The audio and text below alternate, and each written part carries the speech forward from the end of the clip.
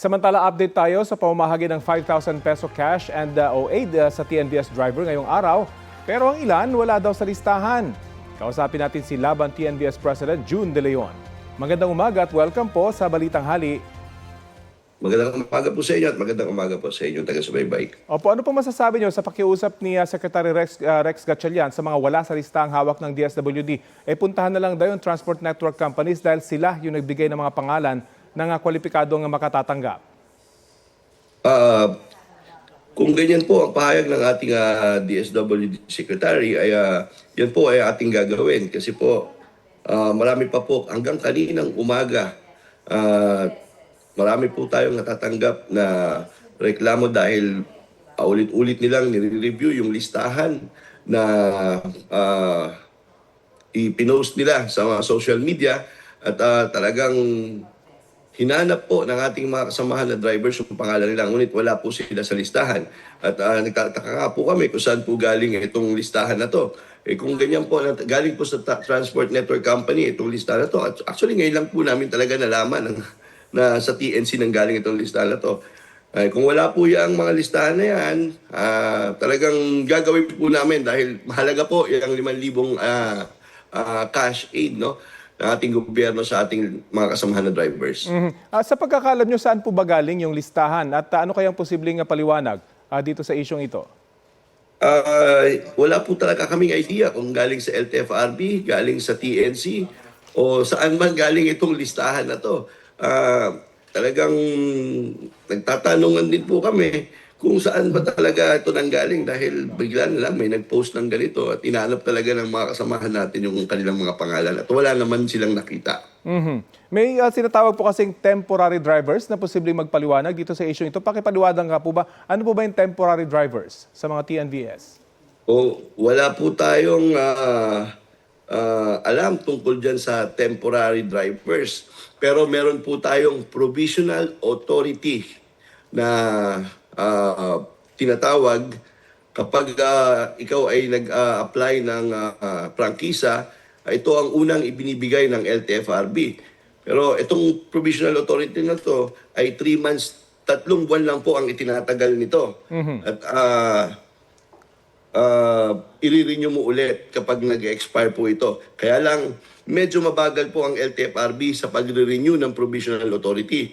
At pag-i-issue ng prangkisa sa mga TNVS, umaabot po na 1 hanggang 2 taon. Yan po ang matagal na naming nireklamo.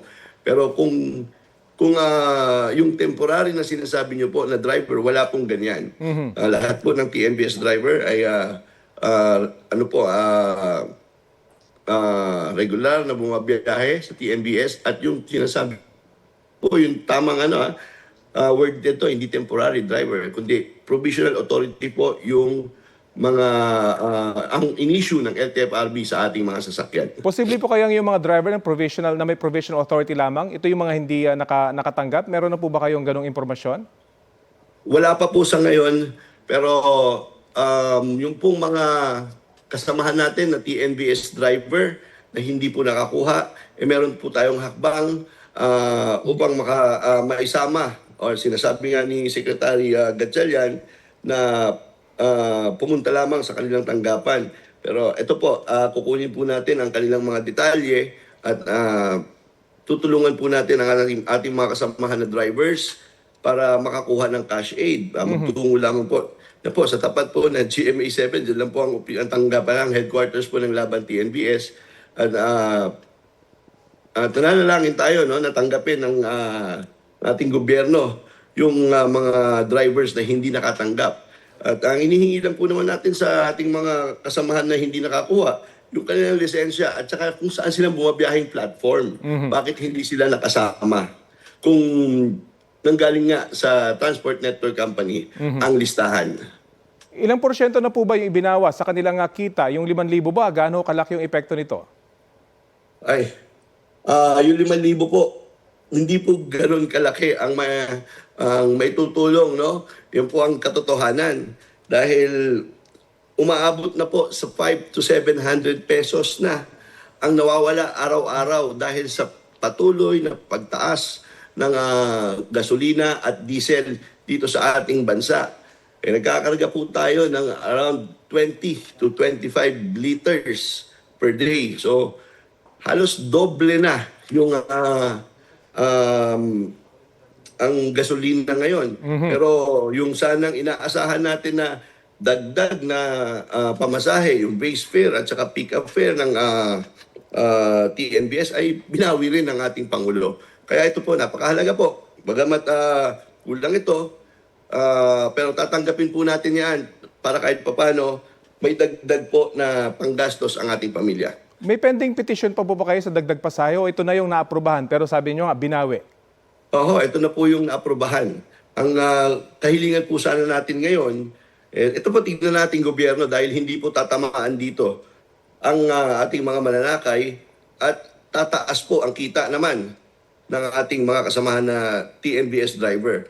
Kailangan po silipin ng ating gobyerno yung mga komisyon ng bawat transport network company. Dahil po meron pong mga komisyon na 25 hanggang 30% ang kinakaltas sa ating mga driver. Meron naman pong transport network company na 5 to 10% lang ang kanilang kinakaltas. Sana po, ito ay bakit 25 to 30%? Sana po, i-flat na lang nila sa 10% para naman kahit papano, kahit walang dagdag pamasahe, kumita ng maayos ang ating mga kasama na TNBS drivers. Isa po ba ito sa ipipetisyon nyo sa pamahalaan na gawing, kumbaga, common na, gawing mas mababa yung porsyento? Oo, matagal na po. Companies? Matagal na po natin hinihiling ito na i-regulate ang mga commissions ng Transport Network Company. Dahil pag naisip po ng TNC na magtaas ng komisyon, bigla na lang nilang ini-implement ito na walang konsultasyon at walang proper na pag-uusap. May mga nagsasoli na raw ng mga ng kanilang mga sasakyan yung mga miyembro ninyo. Gaano kalaking porsyento ito? Ay, totoo po yan. Noong una pa lang po, marami na po nagsoli ng mga susi ng ating mga sasakyan dahil talagang nauwi po sa pagkalugi. Minsan po, 18 hours na po bumabiyahe, 300 pesos lang ang naiuwi nila sa kanilang pamilya. Kaya po, nung nagkaroon ng news na balita na tataas ang base fare at may pick-up fare na, yun po, nakiusap ulit ang ating mga driver, binawi na nila ulit ang ating ang kanilang sasakyan para bumiyahe ulit. Kaya lang, parang alam niyo ho yung pakiramdam na na binigyan ka na ng candy tapos binawi ulit, ganun po Kaya na yung galit ng ating mga kasamahan na driver talagang sobra-sobra nung inanunsyo ng ating Pangulo na walang dagdag pamasahe.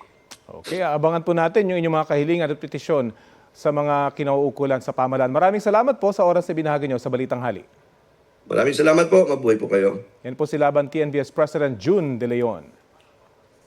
Susubukan po nating hinga ng reaksyon ng LTFRB at Transport Network Companies kaugnay sa pahayag ni Ginoong De Leon.